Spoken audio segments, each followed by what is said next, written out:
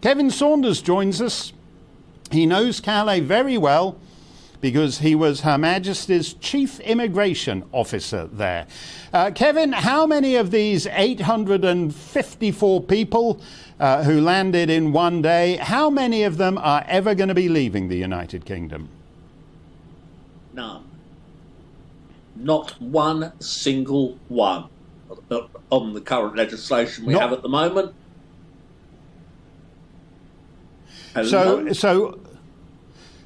So all these people are basically here to stay.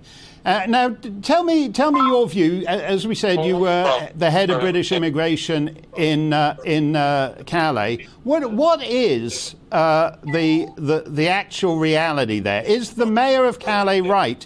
And this is just the United Kingdom's fault for incentivising this traffic? No, the mayor of Calais is completely right. She is 100% right. We make the UK too attractive to asylum seekers, illegal migrants, and basically everybody wants to come. So she's dead right. I've got a lot of sympathy for her. I lived near Calais for 5 years. I've seen what it's like. It's awful. It is absolutely awful. I wouldn't allow my wife to walk out in Calais at night time. It's just too dangerous. Well, the government the government says that it does deport people, Kevin, and so they evidently feel, I take it, relatively relaxed, because however long the process takes, they intend to send these undeserving people back. Right. To send somebody back to the country that they came from, you need a document. You need to be able to prove to the country that you're sending the people back to that they are a resident of that country. What these people do is they destroy all documentation before they jump on the boat to come across the channel. So they arrive in the UK undocumented. That's the way they do it. So we then have to go to countries like the Sudan or whatever to try and get a travel document out of them for that person, who may not have given us his right name, who may not have given us his right date of birth, who may not have told us anything that's true. So, no, we can't send them back. There are those who do have documentation, Kevin. I mean, the problem seems to be very basic, doesn't it? At a time when there are huge restrictions on landing at Heathrow for the last year and a half for people who have all the paperwork. At the same time, whether you have paperwork or not, if you land on the shores of England, it's a completely different system than if you're a businessman from New York flying into Heathrow. Why is it? We're told when we ask why it is that more of them can't be sent back, that it's because of the Geneva Convention on Refugees, and yet they have passed through maybe 6, 7, 8, 9 countries that also subscribe to that convention and are perfectly safe. They're coming here from France, which is a first world nation, even though many in the United Kingdom might dispute that. It is a first world nation. It's a member of the G7. It's on the Big Five of the Security Council. Why is it that France doesn't seem obligated to keep them and the United Kingdom does?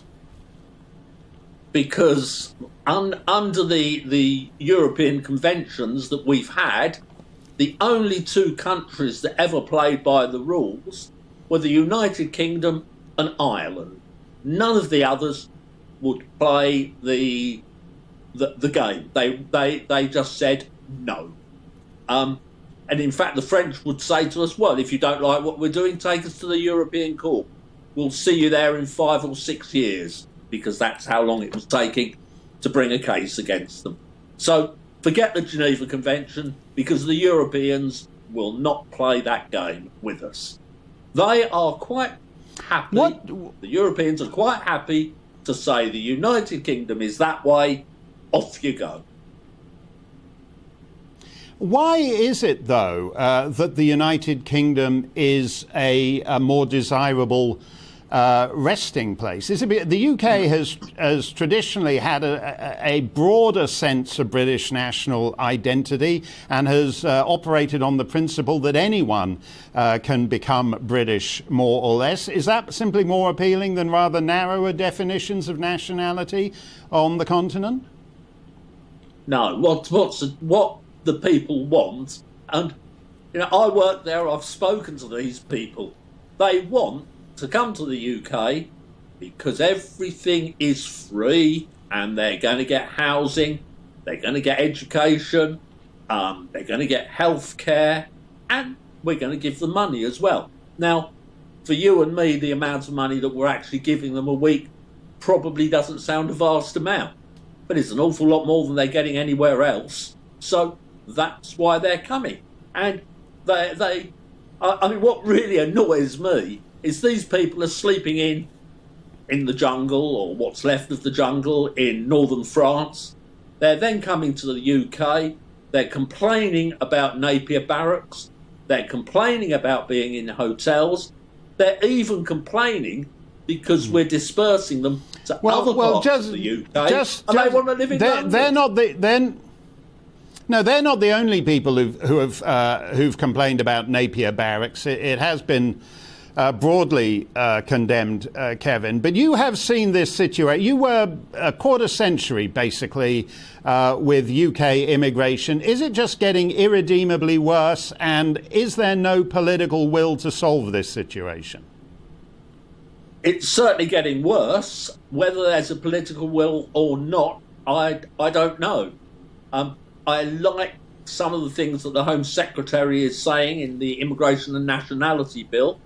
Basically, if it was me, if I was the Home Secretary, I would be setting up reception centres offshore to deal with these asylum claims, because that in my opinion, is the way to do it.